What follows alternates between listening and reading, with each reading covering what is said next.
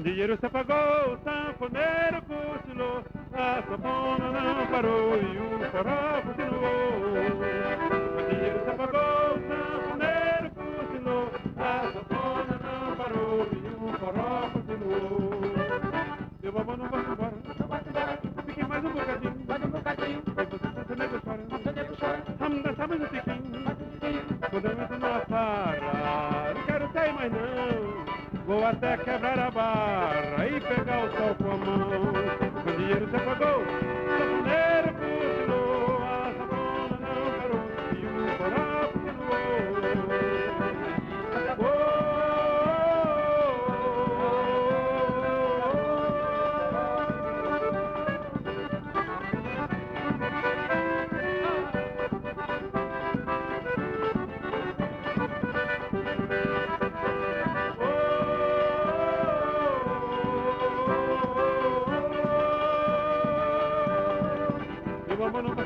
Não vai embora, não fique mais um bocadinho, se você for você nego chora, vamos dançar mais um tiquinho, quando eu entro numa farra, não quero sair mais não, vou até quebrar a barra e pegar o sol com a mão.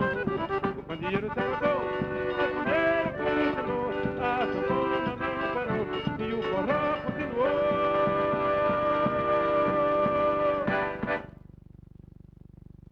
No Nordeste, a gente morre cedo.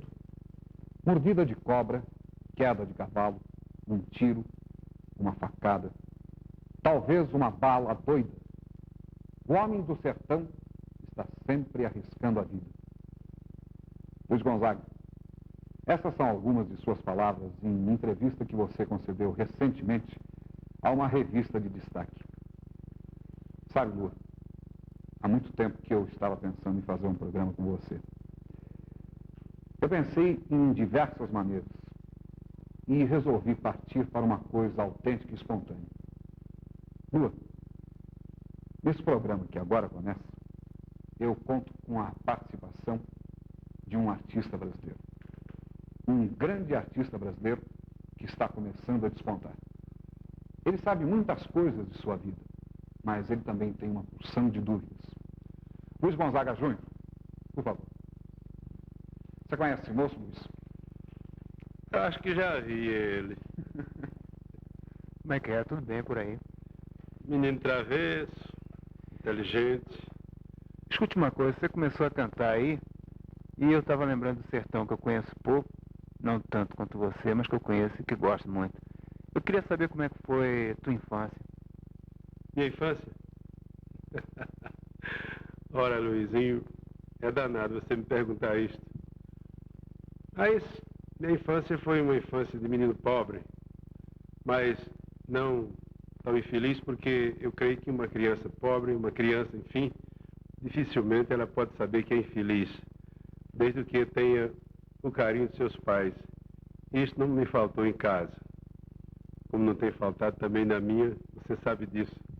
Mas sim, e eu sou daí que você costumava muito tocar com o velho Januário, vovô, um negócio desse aí. Tem um ditado que diz que filho só puxa o pai quando ele é cego. Mas eu protesto. Eu tenho orgulho, a vaidade de dizer, e faço com grande entusiasmo, que puxei meu pai. E isso me ajudou muito na vida. E um moleque, quando acompanha o seu pai, que tem esse privilégio, ele se torna mais seguro. E se o velho for bom, ele também será um bom.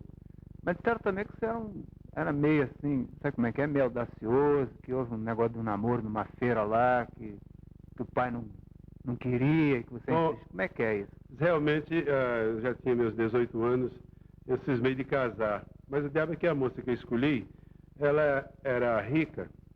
Quer dizer, bom, para lá, para o lugar, era filha de grande. Eu, moleque fiota, tocador de fole, já tinha uma habilidadezinha para arranjar uma moça melhor. Mas o pai da moça me chamou de molequinho sem futuro, tocadorzinho de meia tigela. Eu subo, não achei bom. Dizem que o homem é fruto do meio. Hoje, homem que sou até já meio velhote, não tenho coragem de matar uma mosca. E naquela época, como era bonito matar, eu achei que era um desaforo muito grande que estava recebendo e eu ia matar o homem. Não tinha coragem, mas tomei uma lapada de cana, me botei para a feira, onde eu sabia que ele estava, e mandei ele repetir, ele disse que era mentira do povo. Aí eu fui contar vantagem no meio dos meus amigos, dizendo que tinha desmoralizado um homem. Mas ele foi por detrás lá na feira, falar com a minha mãe, pedir que me retirasse da feira, senão ia haver uma desgraça. Eu me retirei, minha mãe me tirou com muita habilidade. Quando chegamos em casa, ela me mandou brasa. Me deu uma pisa que... como rendeu essa pisa? Está rendendo até hoje, porque por causa dessa pisa eu fugi de casa e foi a salvação da lavoura. Mas olha, você falou aí pisa. Eu não sei o que é pisa. É surra. Ah, sim, pisa é surra no sertão. Agora, um outro negócio. Propriamente, qual foi, assim, a causa da sua saída de lá, que também não... A causa? É. Foi justamente esta, porque eu queria casar. Eu quis matar um homem. Levei uma grande surra, fiquei desmoralizado e aí caí no mundo. E dali veio direto para o Rio, foi para Recife? Qual o destino? Não, eu tinha 18 anos, me apresentei no primeiro quartel, isso foi em 1930, e cheguei em Fortaleza, que eu mesmo sendo pernambucano, nós morávamos, eu nasci na divisa de Pernambuco com Ceará. Então, o centro mais próximo, mais importante, era justamente Fortaleza. E ali eu menti, eu mudei a idade. Eu disse que tinha 21 anos. Então eu podia ser soldado sem a permissão dos meus pais. Se falava muito em revolução, eu entrei no exército e foi bonzinho, viu? Mas escute, e no exército você já desarnava na sanfona lá, compondo? Não, porque eu achava que tocava um instrumento muito ordinário, que era sanfona de 8 baixo. Eu estava com a mania de que eu indo para a cidade grande, aquele instrumento inferior, claro que não teria preferência nenhuma. Aí não disse para ninguém que sabia tocar. Mas e como é que foi a saída do exército? Quando você saiu do exército, você tinha que... Eu fiquei 8 anos sem pegar em sanfona, sem pensar em sanfona, mas quando disseram que eu ia ter baixo, eu comecei a me prevenir para o futuro. Aí tive que comprar um acordeão para aprender de novo. Seu Lua, com licença. É verdade que você participou de 5 revoluções? Homem, é verdade, eu participei de 5 revoluções. Revolução de 30, em várias fases, e a de 32, e depois, em 33, eu fiz a chamada Guerra do Chaco, e já aí um bocado de participações. Veio a de 34, 30 a integralista e a intentona comunista. Não foi revoluções como o diabo, viu? E você deu muito tiro? Não, eu nunca dei um tiro. Nenhum. Não, naquele tempo e até hoje, o Brasil foi um lugar bonzinho danado para a revolução. Luizinho, continuou com a bola. Mas sim, aí você saiu de lá, no caso, mas também você passou por Juiz de Fora, se eu não me engano.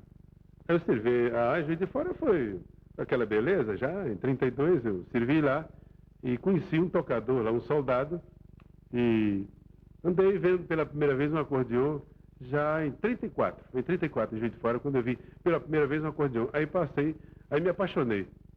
Digo, opa, quando eu puder...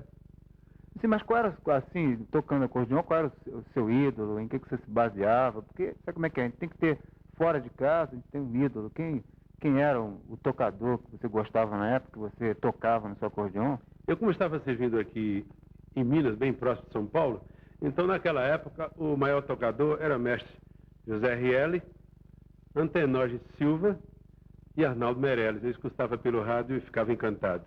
E cantando era mesmo Augusto Calheiros, que gravou uma canção com Antenógenes Silva, acompanhado no acordeão de Antenógenes Silva, e eu fiquei naquela de paixão, doido para comprar o instrumento, mas não podia. Então eu fui juntando aos pouquinhos. Então me faça o seguinte, eu queria que você me ilustrasse Antenógenes Silva. Antenógenes? Um pedacinhozinho, assim, pra... Eita, sabe como é que pai é? já vem, viu mãe, pai já vem. Antenógenes? Onde é que está Antenógenes aqui na minha sanfona, meu Deus do céu? Naquele tempo, Antenógenes Silva, com Augusto Calheiros, será que eu me lembro? Era assim...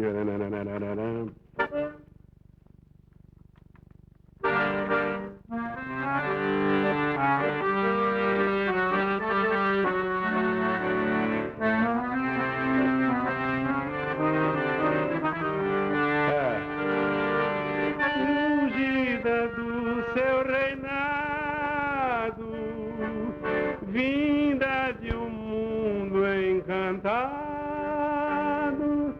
Agora vi que a hipocrisia é o sortilégio que a fivela como por aí afora. E sim, mas pulando de um pau para um gancho assim meio. Mas é um negócio lá. Como é que foi o negócio do encontro com Miguel Lima? Ah, bom. Aí eu já estava tocando ali pelo Mangue, no Rio de Janeiro, e chegou Miguel Lima se propondo em botar letras e músicas minhas, porque já havia musicado também para Antenor de Silva. E eu estava por ali doido que me aparecesse um letrista. E aí começamos. E fomos por ali, fizemos 17700, fizemos Dança Mariquinha, que por sinal foi a primeira música que eu gravei. Você pode relembrar o 17700?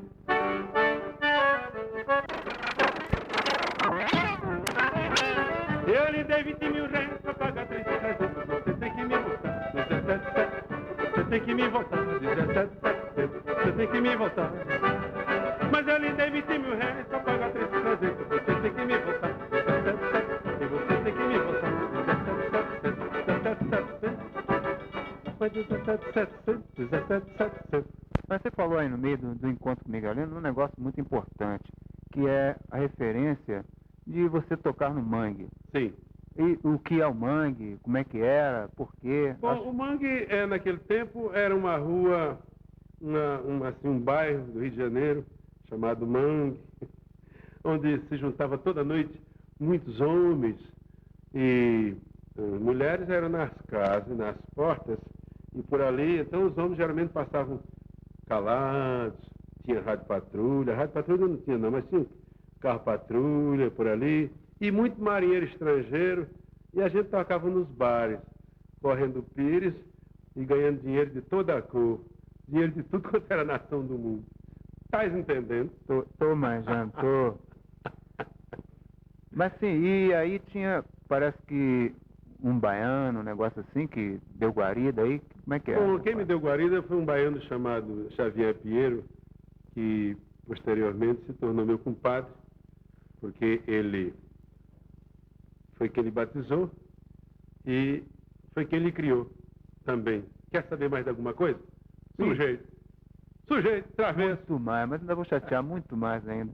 E... Uma história muito bonita, que você sabe que realmente uma história muito linda, a história da sua vida, viu, sujeito? Luizinho, eu gostaria de conhecer agora mais uma das composições de seu pai com Miguel Lima. Um exemplo, Luiz. Mas não foi Miguel Lima e meu pai. Meu pai foi tema para nós, mas já na fase de Humberto Teixeira. O Miguel Lima surgiu, por exemplo, uma rancheira que foi a primeira música que eu gravei cantando, chamada Dança Mariquinha. Quer ver? Ó, dança Mari, né?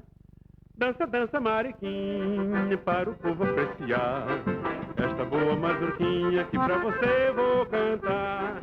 Ouça, meu bem, a sanfona tocar. Pipirifom, tocar no baixo desse acordeão.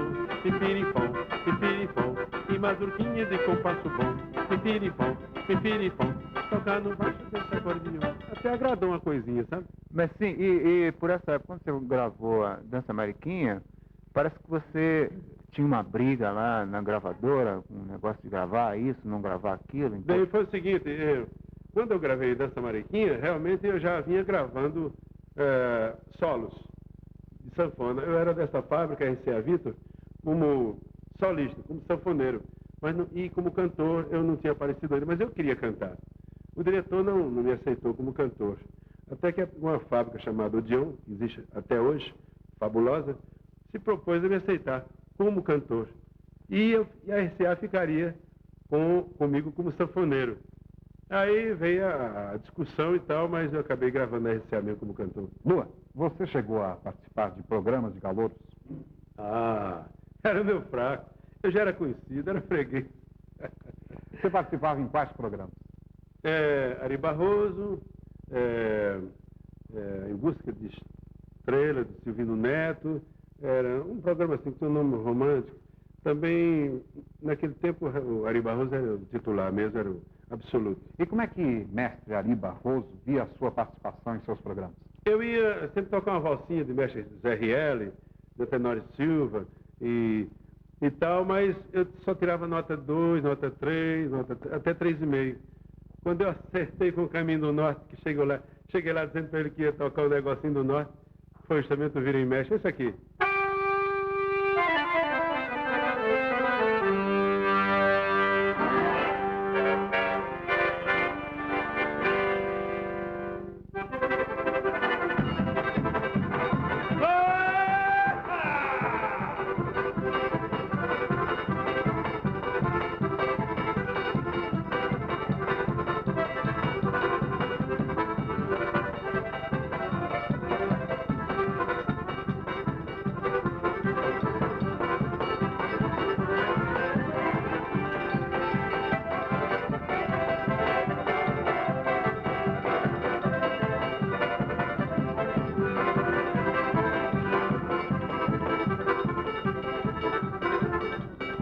Não teve ari que aguentar, foi nota 5. Naquele dia eu comi 2 pão.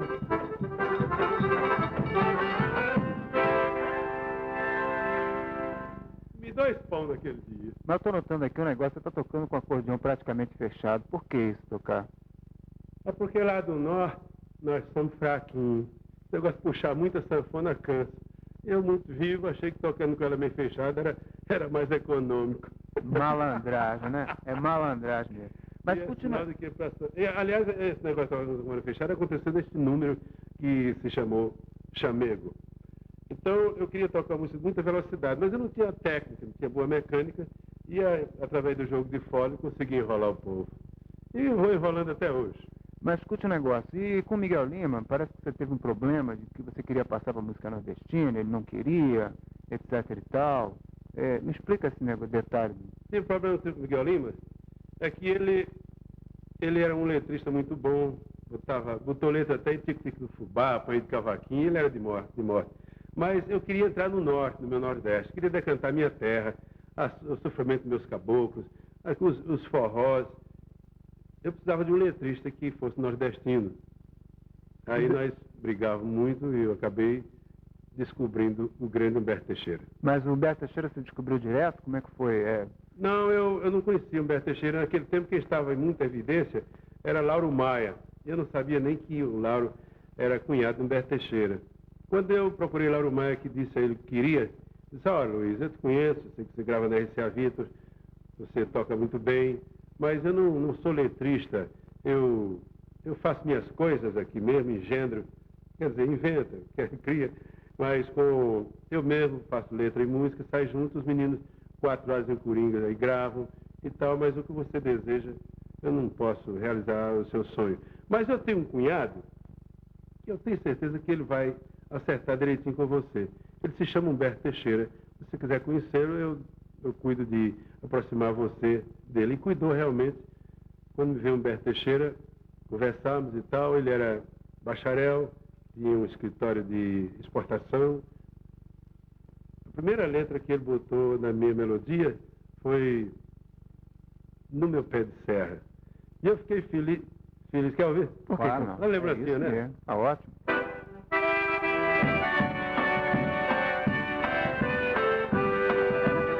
Lá no meu pé de serra, deixei ficar meu coração. Ai, que saudade tenho, eu vou voltar pro meu sertão. No meu calçado eu trabalhava todo dia, mas no meu rancho eu tinha tudo que queria. Lá se dançava quase toda quinta-feira, sanfona não faltava e tome shot a noite inteira. O shot é bom de se dançar, a gente gruda na cabocla sem saltar. Um passo lá, um outro cá, enquanto o fole tá tocando, tá gemendo, tá chorando, tá fungando, reclamando sem parar. Mas assim, e com Humberto Teixeira, qual foi assim um dos maiores sucessos que você teve com Humberto Teixeira? Você podia tocar pra mim também? Foi bonzinho porque nós acertamos o passo. A segunda letra que ele botou, que ele fez pra mim, e danado, eu estava pensando até aí que Humberto Teixeira só era letrista. E não era, não? E ele me cozinhando com pouco fogo. Depois é que eu vi que o homem era bom de letra, bom de música, bom de poesia, de tudo. Aí a dupla foi de lascar, né? Ele fazia um negócio, era meu e dele, eu fazia nenhum, era meu e dele. Eu fazia nada, era meu e dele, ele fazia 10, era Mas cortando aí, qual era o sistema de você? Assim, como é que o Humberto Teixeira penetrou tanto, por exemplo, em negócio como Pé de Serra, que é um negócio muito assim, Bom, nosso? aí é que ele é cearense, nascido em Iguatu, e mesmo tendo vindo cedo para o Rio de Janeiro, estava sempre em contato com o sertão. O pai dele era ferroviário lá no Ceará, e ele, o velho dele, sertanejo autêntico também, forma uma família sertaneja. Humberto nunca esqueceu daquela vidinha de sertanejo. E a maneira de trabalhar, assim, como é que era? Você dava música para ele botar letra?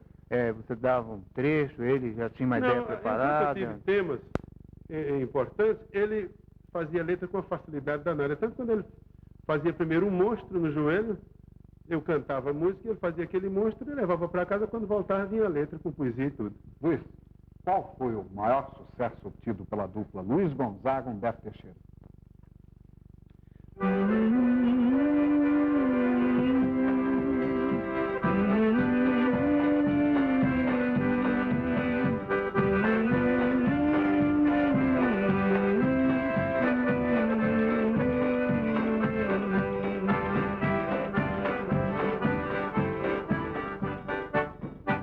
Não precisa dizer mais nada, né? De passagem, vamos fazer um corte nessa biografia, me permita, Luizinho. Essa música foi gravada há alguns meses atrás por um moço chamado Caetano Veloso. Foi. Logo em seguida você foi procurado por Gilberto Gil. Como é que você vê essa moçada falando tanto em Luiz Gonzaga? Como é que você sente isso? Por quê, hein, Lua? Bom, eu acho que é uma questão de liderança. Porque você é cantor, Não, é músico, não. você é um homem de televisão. Uhum. Mas se você tivesse sido cantor ou músico, que idade você tem? 33. Viu? Não vai dando certo. Idade de Cristo. Quer dizer que quando eu estava no apogeu, é bem possível que você tenha me assistido em algum lugar. Você é aqui de São Paulo? Sou Luiz. E vou Tenha te me confessar assistido em uma- algum lugar. E Assisti. como você, estes, Caetano, Gilberto e muitos outros, me assistiram também. Mas como são músicos, cantores, artistas, então eles são unânimes em afirmar que tiveram a minha influência, como você teria afirmaria Luiz Gonzaga, também. eu vou te confessar uma coisa. Eu ia todos os domingos pela manhã ao auditório da então Rádio Cultura na Avenida São João. Ah! Meu pai me levava, às vezes, ao Teatro Municipal para ver a orquestra sinfônica, mas eu não sei porquê, eu me identificava muito mais com o som do triângulo, da sanfona, da zabumba. Zequinha Catamilho, não era? Pois é. Tá vendo? Pois é isso. Se você fosse um cantor aí, um cara bacana, que andasse fazendo zoada aí, você diz, não, coisa, lua e tal. É isto. Liderança. Mas agora, papai, o negócio é o seguinte, eu fico às vezes pensando, o seu primeiro prefixo foi vira e mexe, certo? Foi. Como assim, em que época e por que surgiu o seu prefixo, que é até hoje, boiadeiro? Ah, sim. Foi o seguinte. Eu tive primeiramente vira e mexe, depois veio baião. Serviço prefixo também, o baião número 1 aqui. Segue um pouquinho. Vamos lembrar.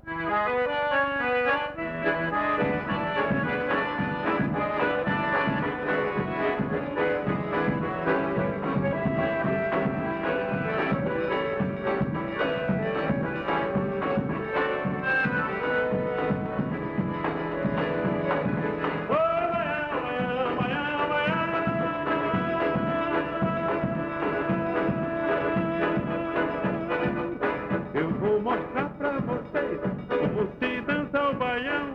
Quem quiser aprender, é só vou prestar atenção. Por aí afora, quer dizer, era muito natural que o baião, que este é o baião número 1, fosse o meu prefixo. Mas eu gostaria de ter um prefixo assim como um aboi.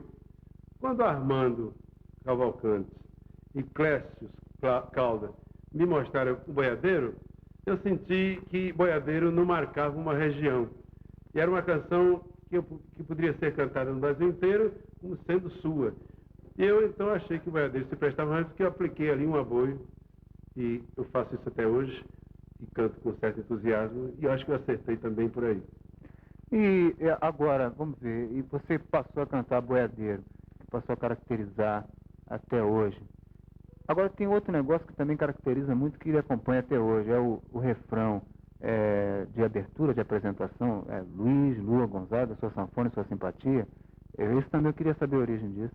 Ah, muito bem. Primeiramente, o César de Alencar dizia assim, na Rádio Clube, César de Alencar dizia: Luiz Gonzaga, o maior sanfoneiro do Norte, Nordeste, quiçá do Brasil. Então, foi do programa Paulo Gracindo. Paulo Gracindo foi quem me deu esse slogan de Luiz Gonzaga, sua sanfona e sua simpatia. Dizem que eu era um mulato muito simpático, então eu acho que ele não foi muito longe, ele acertou. Outro negócio também é da origem, assim, por que utilizar somente o triângulo, zabumba, por que só o trio? Eu também queria saber isso. Bem, eu vinha cantando sozinho, mas eu precisava de um ritmo, porque a música nordestina precisava de coro. Coro que eu digo é coro de cachorro, coro de bode, negócio para bater, como no Rio de Janeiro se usa coro de gato, né? Então, primeiramente, eu criei o zabumba baseado nas bandas de coro lá do sertão, aquelas que nós chamamos de esquenta mulher, a zabumba, os tocador, ou os pifeiros. Então, eu tirei a zabumba, porque eu, quando moleque, havia tocado zabumba junto com os tocadores. Mas a zabumba só, eu fiquei assim com a asa quebrada. Eu precisava descobrir um instrumento bastante vibrante, agudo, para brigar com a zabumba. Vim por aí com a zabumba só, era o catamilho. Até que vim no Recife passar um menino vendendo cavaco chinês, aquele tubo nas costas, tocando o tinguilim, como ele chamava o tinguilim. Aí ele fazia aquilo com uma certa cadência, né? Eu digo, pronto, achei o marido da zabumba. Vamos ouvir agora só a zabumba. Era assim que eu trabalhava. Vamos ver os dois em conjunto agora.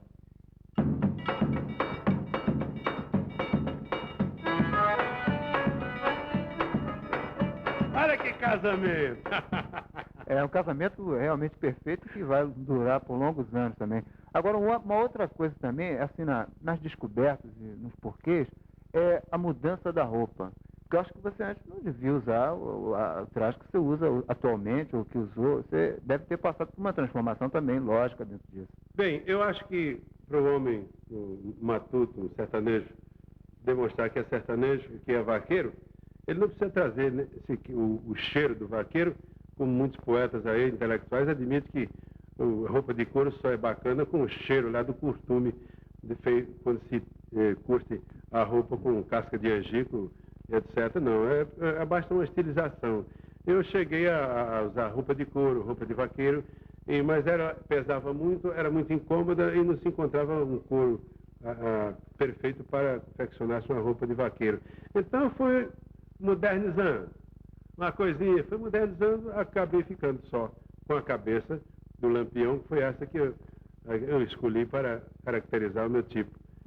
Lua, você já viajou por todo o Brasil? Realmente. Todos os estados e territórios. Você chegou a participar de campanhas políticas, de comícios? Rapaz, olhando meu fraco, como é bom. Agora não dá mais, mas antigamente era bonzinho, rapaz. Aqui em São Paulo eu fiz a campanha de Emílio Carlos, fiz a campanha de Dr. Jânio Quadros. Você ganhava muito dinheiro fazendo essas campanhas? Não ganhava nada não, era de graça. Era de graça. Luiz, Hein? e a história do Assum Preto, hein? Ah, essa foi uma lenda cearense, que diz que o Assum Preto é aquela canção que o povo conhece. Vamos ver inteiro?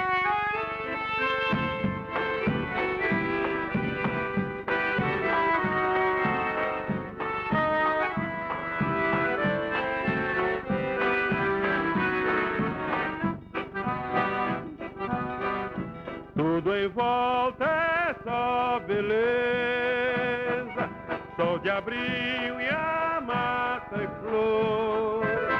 Mas Assum Preto, cego dos olhos, não vendo a luz, ai, canta de dor. Mas Assum Preto, cego dos olhos, não vendo a luz, ai, canta de dor.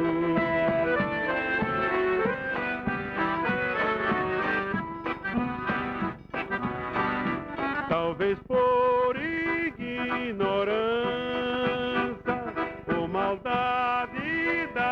pior.